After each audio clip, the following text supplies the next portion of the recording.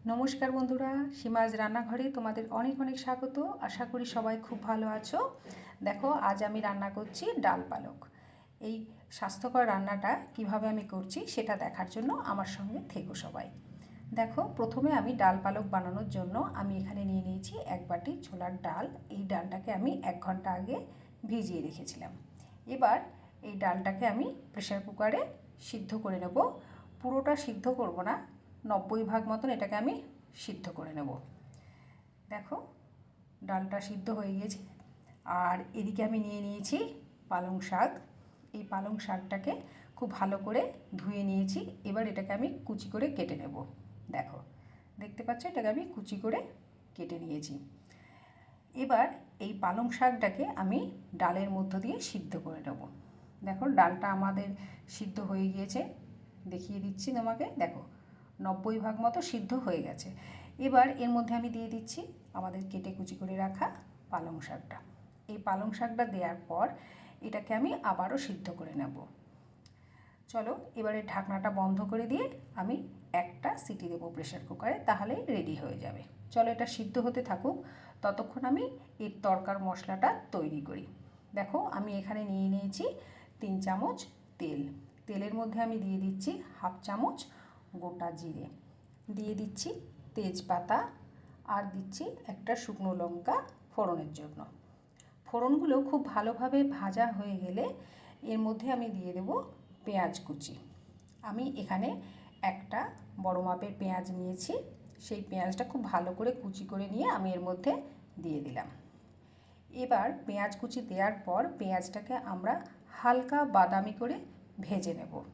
চলো, এটাকে ভেজে নিই। এটা ভাজতে কমপক্ষে 2 মিনিট মতো সময় লাগবে, এবং এই কাজগুলো কিন্তু তোমরা অবশ্যই মিডিয়াম ফ্লেমে করবে। এরপর এর মধ্যে আমি দিয়ে দিচ্ছি রসুন কুচি, লঙ্কা কুচি। এখানে আমি 1 চামচ রসুন কুচি নিয়েছি। আর লঙ্কাটা অবশ্যই তোমরা তোমাদের স্বাদ মতো দেবে, যে যেমন ঝাল খাবে। আমি এবার এই মশলাটাকে আবারও কিছুক্ষণ ভেজে নেব।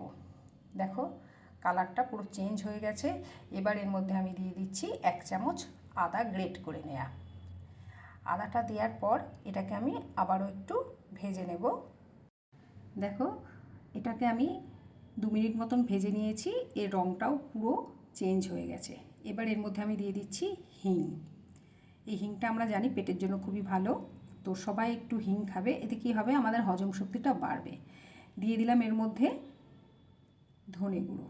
আমি এখানে জিরে গুঁড়ো ব্যবহার করছি না, যেহেতু আমি ফোড়নে গোটা জিরে ব্যবহার করেছি। আমি এখানে দিয়ে দিলাম ছোটো চামচের 1 চামচ ধনে গুঁড়ো। এরপর এটাকে আমি একটু ভেজে নেব। তারপর এর মধ্যে আমি দিয়ে দিচ্ছি, দেখো, হলুদ গুঁড়ো। এখানে আমি 1/2 চামচ হলুদ গুঁড়ো নিয়েছি।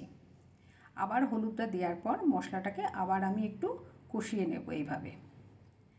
এরপর এর মধ্যে আমি বাকি কিছু উপকরণ দেব।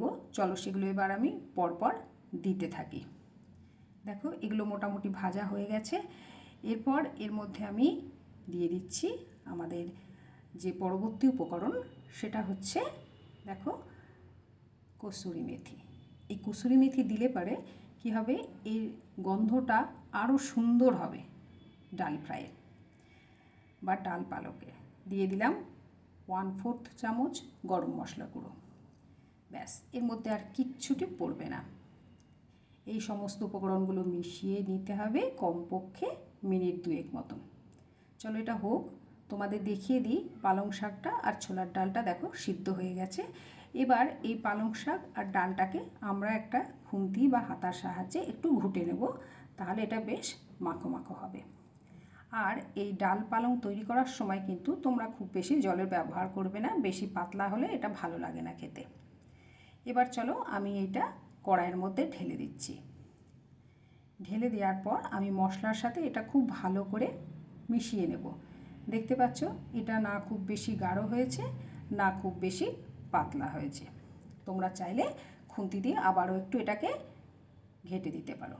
এবার এর মধ্যে আমি দিয়ে দিলাম স্বাদ মতো লবণ, আর দিয়ে দিচ্ছি সামান্য একটু চিনি। দেখো, তোমরা হয়তো বলবে আমি টমেটো কেন ব্যবহার করলাম না। আমরা জানি পালং শাকে অক্সালেট থাকে, আবার টমেটোতেও অক্সালেট থাকে। যাদের কিডনি পাথরের সমস্যা আছে তাদের জন্য এই অক্সালেটটা কিন্তু খুব ক্ষতিকর। তাই আমি সকলের স্বাস্থ্যের দিকে খেয়াল রেখে রান্নাটা করছি। এবার দেখো এটা রেডি হয়ে গেছে, আমি এটাকে দেখো সার্ভ করে নিয়েছি একটা বাটিতে। এবার ঠিক এর মধ্যে আমি দিয়ে দেবো খাওয়ার আগে আগে এক টুকরো মাখন। গরম গরম এই ডালের মধ্যে মাখনটা গলে গেলে খেতে চমৎকার লাগবে। তোমরাও তাহলে এইভাবে বাড়িতে বানাবে, আর বানিয়ে খেয়ে কিন্তু অবশ্যই আমাকে কমেন্ট করে জানাবে কেমন লাগলো। আর ভালো লাগলে লাইক শেয়ার সাবস্ক্রাইব করো। সবাই ভালো থেকো, আজ রাখি, নমস্কার।